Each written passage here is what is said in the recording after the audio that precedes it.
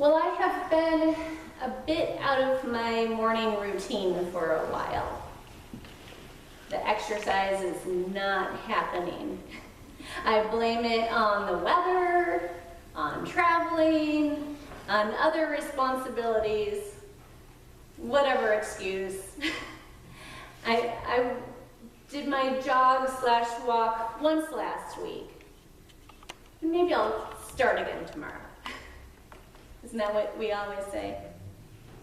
Well, when I do go, since it's usually about the same time each day, there are certain people who I look for on my path, on my trail, people who I often see.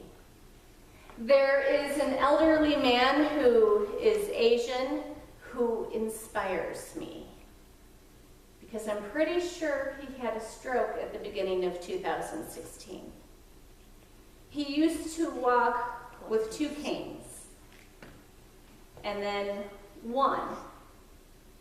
And now he doesn't use any. Always with a big smile on his face, like he is determined to not let his body failing get in the way of his joy. The reason why I think he had a stroke was because when he walks, his left arm swings, his right arm just hangs there, and he had to kind of kick his right leg around. Well, this past Wednesday, I saw his right arm swing a little, and I'm sure I saw his knee bend. It's amazing what determination and hard work can do sometimes. God is good. And then there are these people near where the dog park is who I am always thankful for, because they scoop up their little dogs that seem to have Napoleon complexes, who often want to attack my 60-pound boxers. The little girl covers her chihuahua's eyes as if to say, if you can't see the big dogs, you won't want to eat them.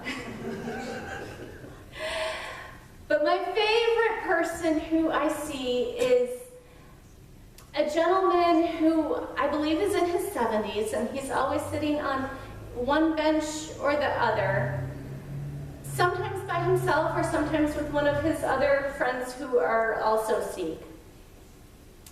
And when I come panting by, we have gotten in the habit of waving at each other. And then he gives me this smile that I'm telling you, it feels like God is smiling at me. More recently, we've started adding in saying good morning.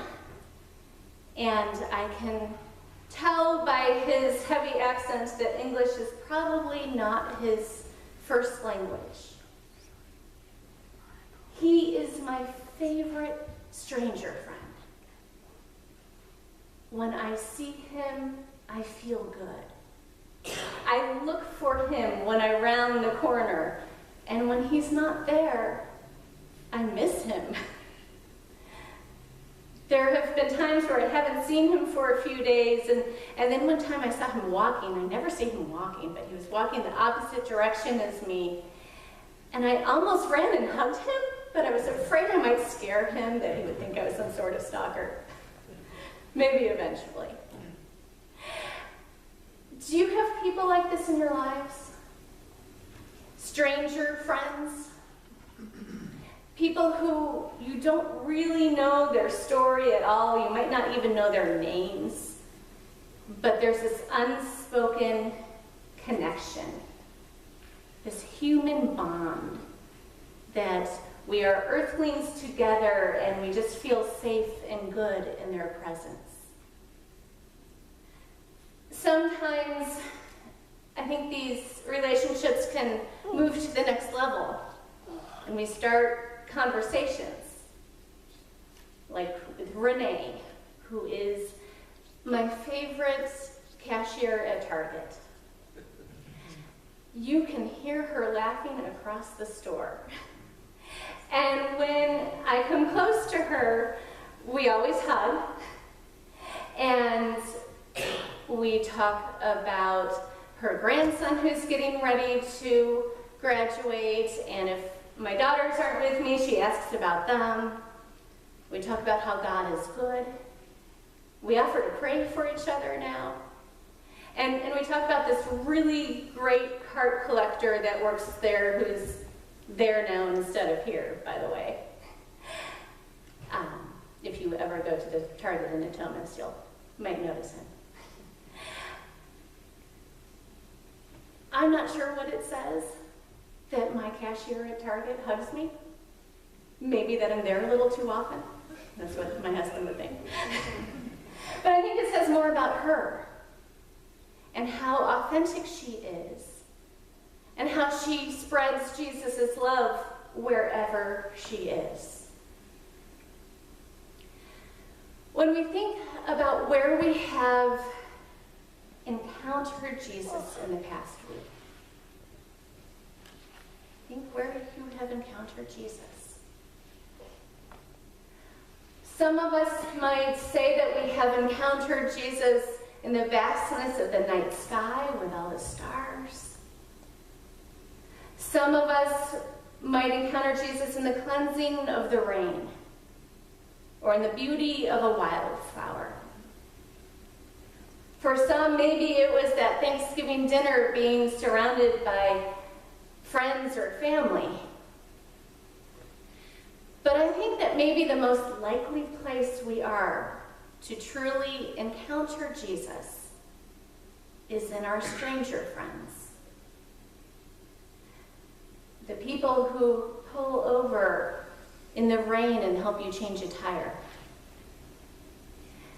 Doctors or nurses who take the time to really explain things to you in the way that you can understand. Neighbors who, without being asked, pull your garbage cans in for you. Or maybe some of the other people in the pews who maybe you don't know all that well, but you know that you can count on them to pray for you. I think we encounter Jesus whenever we're around someone who helps us to feel like we matter.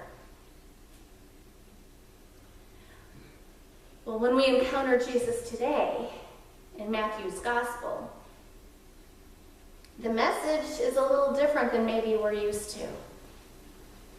His message sounds foreboding, maybe a little scary, almost like a threat.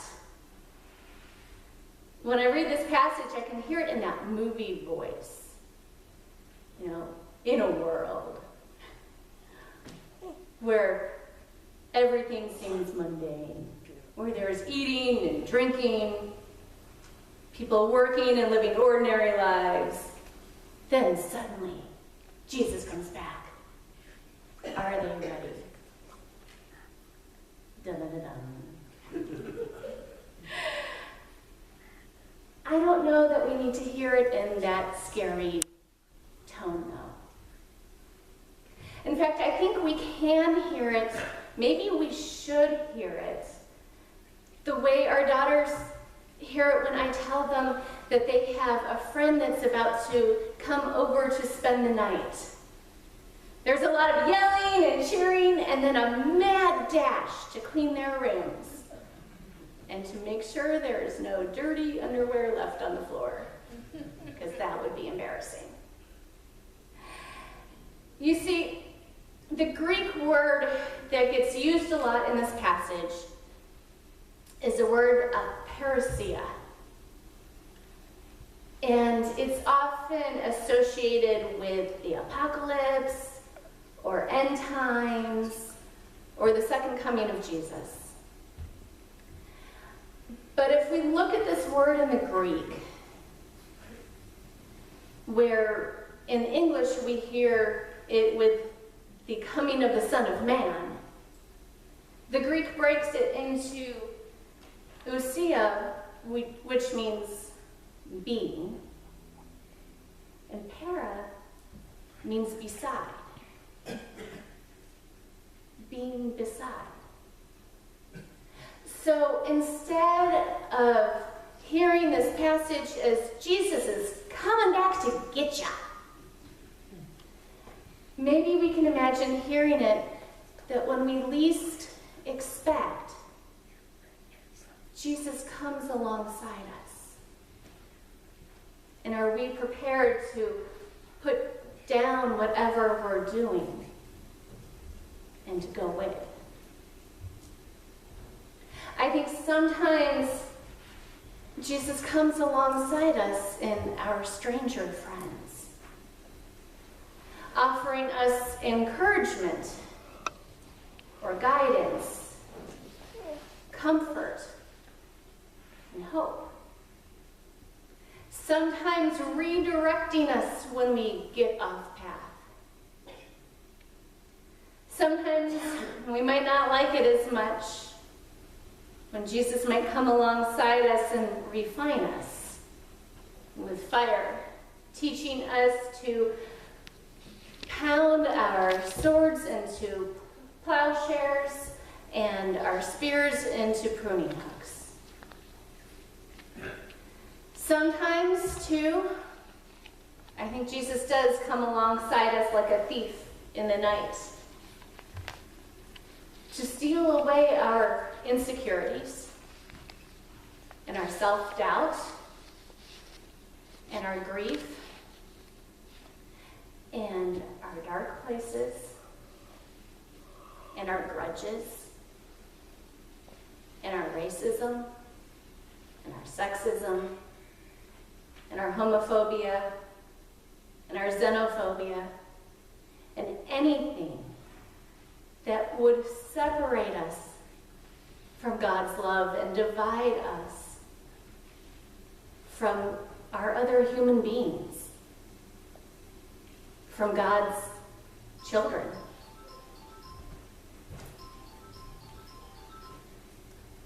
And as we continue reading in the next chapter of Matthew,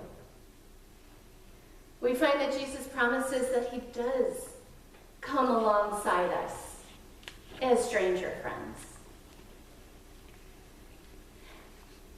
That when we least expect, we are given the chance to care for the sick, to feed the hungry, to welcome the stranger, to stand up for the oppressed. Because that is Jesus. We get the chance to love Jesus the way we say we do when we love the least of these. And so it is a beautiful thing that we get to experience Jesus coming alongside us and experience Jesus' love through others. And we get to come alongside our stranger friends and experience loving Jesus. But we must be prepared. So we ask, are we ready to look in a stranger's eyes and see Jesus? Are we ready to love one another the way we say that we love Jesus? Are we ready to allow Jesus to come in and steal all that we hold so near and dear that we need to let go so that we can walk alongside Jesus?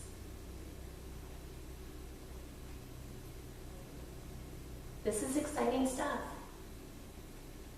It's time to cheer because Jesus is near.